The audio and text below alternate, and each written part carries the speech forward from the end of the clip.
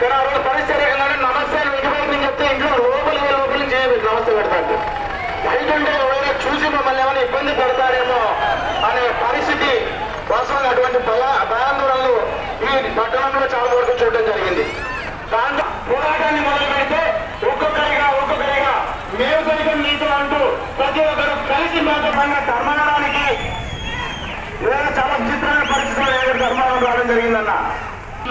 అటువంటి పరిస్థితుల్లో రైతులుగా మనం కాపాడుకోవాల్సిన అవసరం ఉంటుంది. కాబట్టి అటువంటి పరిస్థితిని మరొకసారి మన ధర్మవరంలో తీసుకురావాలి. ఈ చుట్టుపక్కల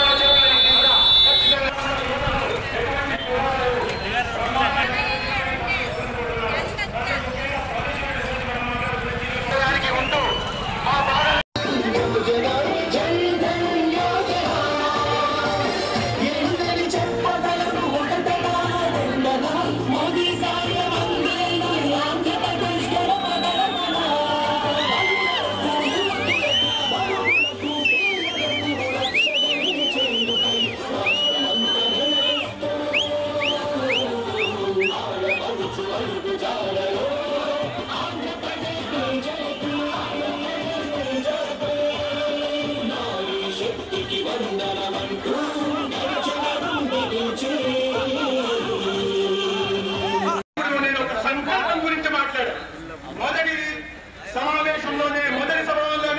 సంకల్పాలు ఏం చేస్తానో చెప్పండి. కానీ నేను ఒకటి మాత్రం గుర్తుపెట్టుకోను, నాకు నా పార్టీలో ఉన్న స్థాయి దృష్ట్యా నేను మాటల మనిషిని కాదు.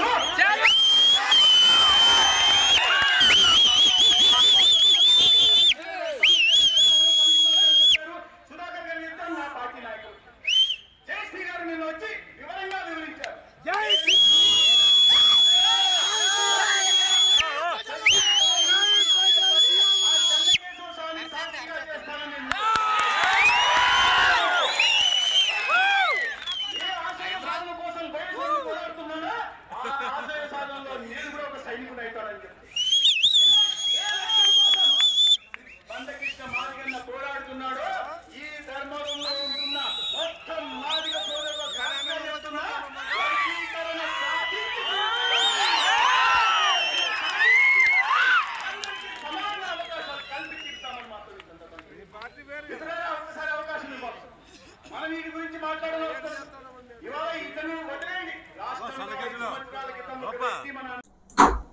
ధర్మవరం కూటమి అభ్యర్థిగా భారతీయ జనతా పార్టీ నుంచి కూటమి అభ్యర్థిగా మొట్టమొదటిసారిగా వచ్చిన సందర్భంగా ఇవాళ ప్రజలు ఒక అపూర్వ స్వాగతం పలికారు. భారతీయ జనతా పార్టీ కార్యకర్తలు, తెలుగుదేశం పార్టీ నాయకులు, కార్యకర్తలు, జనసేన పార్టీ కార్యకర్తలు, ముఖ్యంగా ప్రజలు కూడా అనేక గ్రామాల్లో పెద్ద ఎత్తున తరలి వచ్చి గ్రామాల్లో ఆపి స్వాగతం పలికిన తీరు నాకు నిజంగా ఉద్వేగానికి గురి చేసింది. ధర్మవరంతో నాకు ఈ అనుబంధం దైవ సంకల్పంగా నేను భావిస్తున్నాను. భగవంతుడు నన్ను పంపించాడు. ధర్మవరం లాంటి ప్రాశస్త్యం కలిగిన పట్టణానికి నేను రావడము, ఇక్కడ పరిస్థితుల మీద కొద్దిగా అవగాహన కల్పించుకొని ప్రజలకు అండగా వాళ్ళలో మనిషిగా ఉంటూ ధర్మవరం ఏదైతే కోరుకుంటుందో శాంతిని కోరుకుంటుంది, ధర్మవరం అభివృద్ధిని కోరుకుంటుంది, ధర్మవరం సంక్షేమాన్ని కోరుకుంటుంది, ధర్మవరం ఎవరి పట్ల ఎటువంటి వివక్ష లేకుండా వచ్చే ప్రజాప్రతినిధి కోసం చూస్తూ ఉంది. ధర్మవరం కబ్జా రహిత పట్టణంగా నియోజకవర్గంగా మార్పు చెందాలని చూస్తుంది.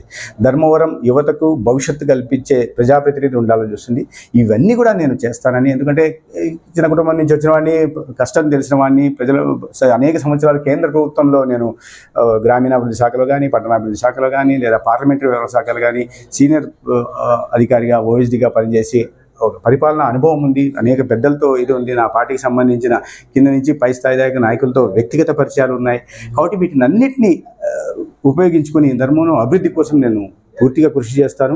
ఇసుమంతైనా ఇది పెట్టను. ఇప్పుడు రాష్ట్ర రాజకీయాల ముందు నుంచి ఉన్నానైతే ధర్మవరం రాజకీయాలకు కొత్తగా వచ్చాను. ధర్మవరం రాజకీయాల్లో నేను మిళితమవుతాను. ధర్మవరం ప్రజలతో మమేకమవుతాను. ఇక్కడ కష్టాల్లో సుఖాల్లో అండగా ఉంటాను. వాళ్ళల్లో ఒకటిగా ఉంటాను. వాళ్ళ ఆశీర్వాదం నేను కోరుతున్నా. వారి ఆశీర్వాదము, వాళ్ళ నమ్మకానికి అనుగుణంగా నేను భవిష్యత్తులో నడుచుకుంటాను.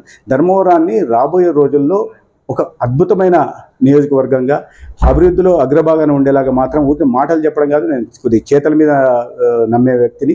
కాబట్టి రాబోయే రోజుల్లో నా ప్రణాళిక ఏంటి, నేను ఏం చేయబోతున్నాను, ఏది చేయగలను అనే విషయాన్ని ప్రజలకు నేను స్పష్టంగా తీసుకెళ్లిన తర్వాతనే వాళ్ళ ఆశీర్వాదం ఇవ్వాల్సిందిగా కోరుతాను.